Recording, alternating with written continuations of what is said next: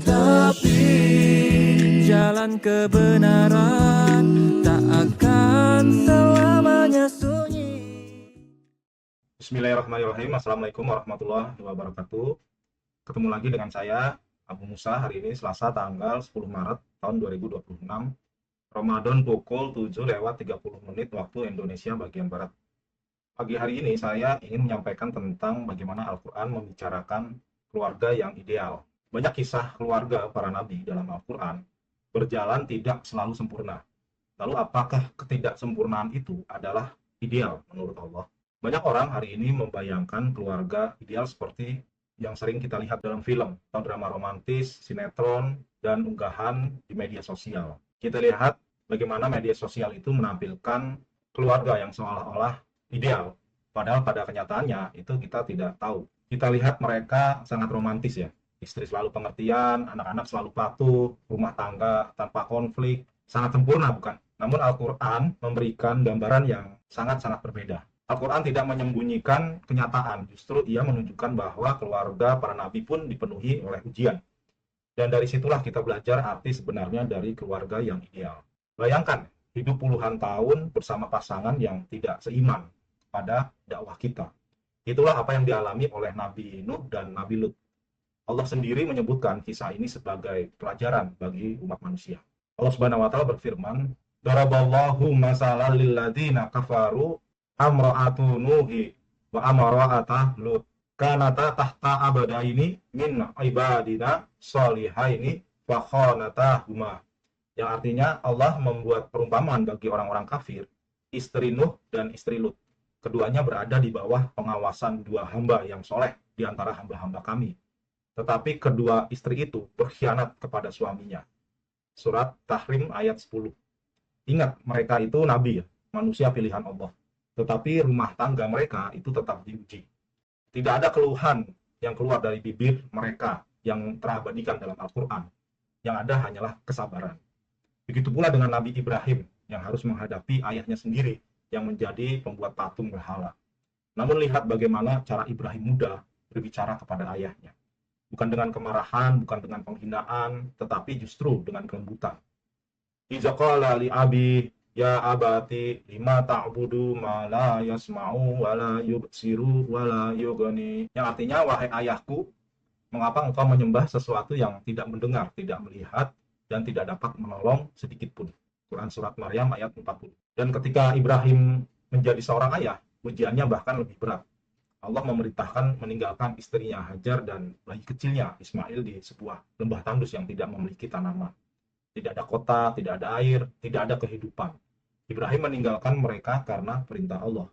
Rabbana inni askantu min dzurriyyati biwadin ghairi zi zar'in inda baitikal muharram. Ya Tuhan kami, sesungguhnya aku telah menempatkan sebagian keturunanku di lembah yang tidak mempunyai tanaman di dekat rumahmu yang dihormati.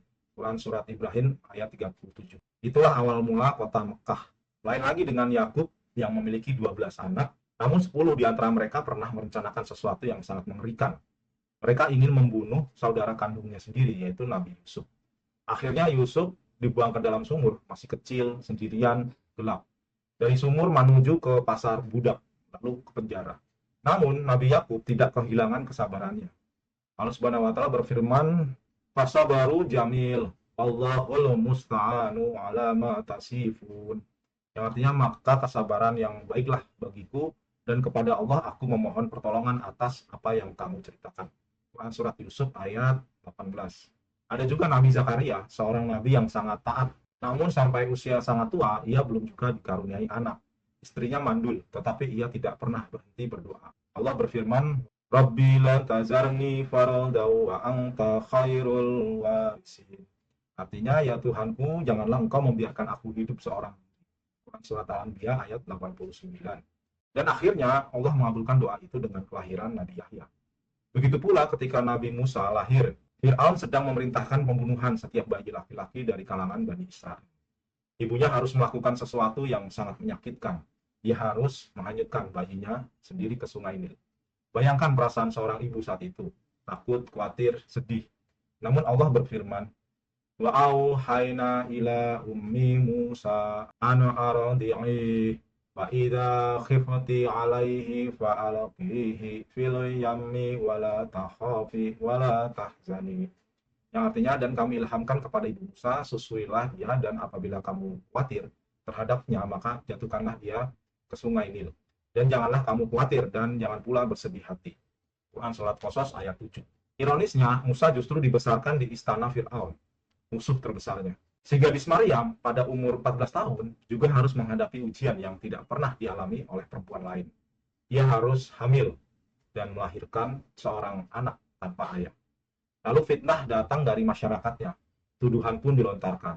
Tapi Allah Subhanahu wa taala berfirman, "Ya ukhta Harun, makana abuki amara asau wa makanat ummuki bagiya." Yang artinya, wahai saudara Harun, ayahmu bukanlah seorang yang buruk dan ibumu bukan pula seorang pezina. Quran Surat Maryam ayat 28. Namun Allah membela kehormatan Maryam melalui mukjizat Nabi Isa. Ada juga seorang wanita luar biasa, yaitu Aisyah binti Muzahim. Dia adalah istri dari Fir'aun, suami paling zalim dalam sejarah umat manusia. Namun imannya tidak pernah bergeser, apalagi runtuh. Doanya diabadikan dalam Quran. Wa daraballahu masalan lil ladzina amanu mara'ata fir'aun idz qalat rabbi bani li indaka baitan fil jannati wa najjini min fir'aun wa amalihi wa najjini minal qaumin dhalim. Yang artinya, dan Allah membuat istri Fir'aun perumpamaan bagi orang-orang yang beriman ketika ia berkata, "Ya Rabbku, bangunkanlah untukku sebuah rumah di sisimu dalam Firdaus, dan selamatkanlah aku dari Fir'aun dan perbuatannya, dan selamatkanlah aku dari kaum yang zalim." Quran Surat At-Tahrim ayat 11. Bahkan dalam rumah tangga Nabi Muhammad pun ada ujian juga. Sebagian besar istri beliau tidak memberikan keturunan. Pernah pula terjadi peristiwa ketika para istri merasa nafkah yang diberikannya terasa sempit. Peristiwa itu membuat Allah menurunkan ayat yang sangat tegas. Ya ayyuhan nabiyyu qul li azwajika in kuntunna turidnal hayatad dunya wa zinataha fata'alaina umatti'kunna wa usarrihkunna sarahan jamila wa in kuntunna turidna allaha wa rasulahu wad daral akhirah fa inna allaha a'adda lil muhsinati minkunna ajran azima. Yang artinya, hai Nabi, katakanlah kepada istri-istrimu, jika kamu sekalian menginginkan kehidupan dunia dan perhiasannya, maka marilah supaya aku berikan kepadamu mut'ah atau batasan waktu. Dan aku ceraikan kamu dengan cara yang baik. Dan jika kamu sekalian menghendaki keridhaan Allah dan Rasul-Nya, serta kesenangan di negeri akhirat, maka sesungguhnya Allah menyediakan bagi siapa yang berbuat baik di antaramu pahala yang besar. Quran Surat Al-Ahzab ayat 28-29. Setelah melihat semua kisah ini, apakah keluarga Nabi selalu sempurna? Tidak, bukan. Al-Quran justru mengajarkan sesuatu yang sangat penting. Keluarga ideal bukanlah keluarga tanpa masalah. Keluarga ideal menurut Allah adalah keluarga yang tetap bertahan dalam iman, meskipun ujian datang kepadanya secara bertubi-tubi. Jadi jika hari ini rumah tangga kita tidak selalu sempurna, jangan terlalu cepat merasa gagal. Karena bahkan orang-orang yang paling saleh dalam sejarah manusia, itu pun diuji dalam keluarganya. Yang Allah lihat bukanlah kesempurnaan keluarga kita, tetapi bagaimana kita bersabar, bertanggung jawab, dan tetap berusaha menjadi lebih baik. Karena itulah realitas kehidupan yang diajarkan oleh Al-Quran. Untuk artikel lebih lengkapnya, nanti saya share atau bisa kunjungi blog saya di islamilearn.blogspot.com. Saya Abu Musa, sampai jumpa di kajian-kajian berikutnya. Wassalamualaikum warahmatullahi wabarakatuh.